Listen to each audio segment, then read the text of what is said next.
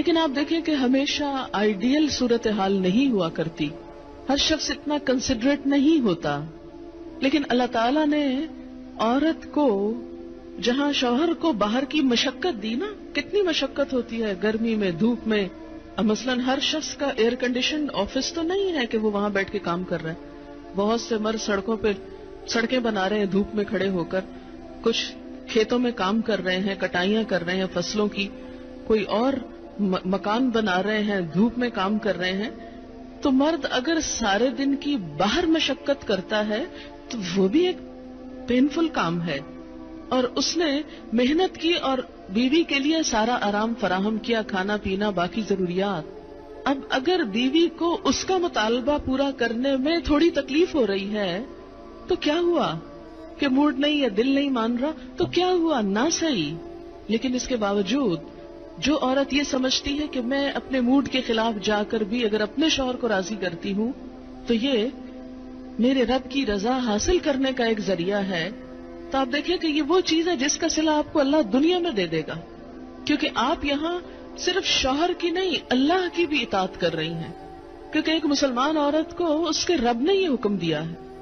اور اس میں وہ حدیث آپ نے سن رکھی ہوگی اور عورتوں کو سنانے میں بڑی مشکل پیش آتی ہے مجھے ہمیشہ، اور عورتیں ایک دم اوفینڈ ہونے لگتی ہیں. لیکن بات یہ ہے کہ چونکہ اللہ کے رسول صلی اللہ علیہ وسلم نے فرمایا ہے اور ہم ان کا نام سن سن کے روتے ہیں محبت میں اور نعتیں سن سن کے جھومتے ہیں، تو یہ حکم بھی آپ کا مان لینا چاہیے اور اس حدیث کو بھی سن لینا چاہیے اتنی ہی خوشی سے جتنی خوشی سے ایک نعت سنتے ہیں.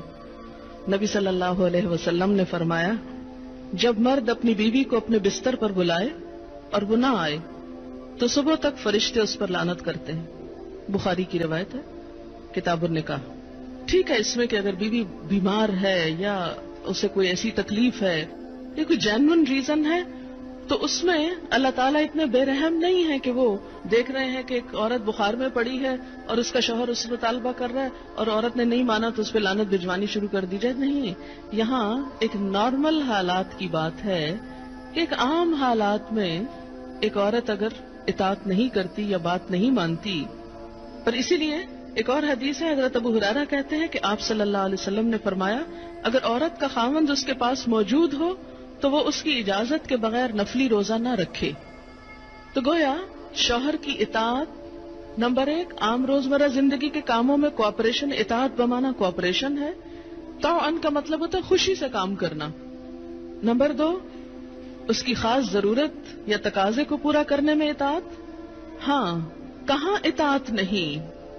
جب وہ کوئی حرام کام کرنے کو کہے، جب وہ کوئی ناجائز کام کرنے کو کہے، جب وہ اللہ اور اس کے رسول صلی اللہ علیہ وسلم کی مرضی کے خلاف کام کرنے کو کہے.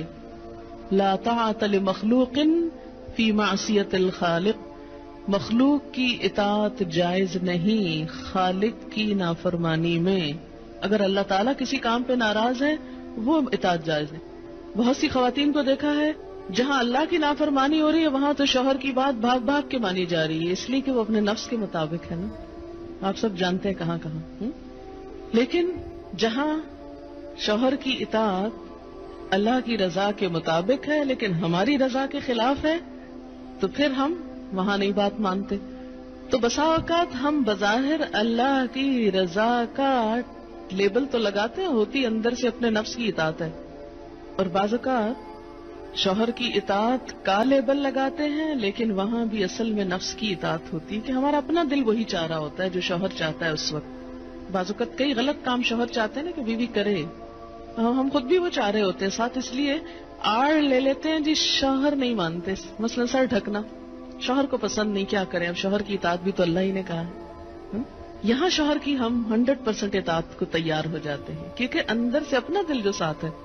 لیکن جب رات کو شوہر بلائے تو وہاں اپنا دل نہیں، لہذا چاہے اللہ تعالیٰ کتنا ہی فرمائے سب اطاعت بھول جاتے ہیں.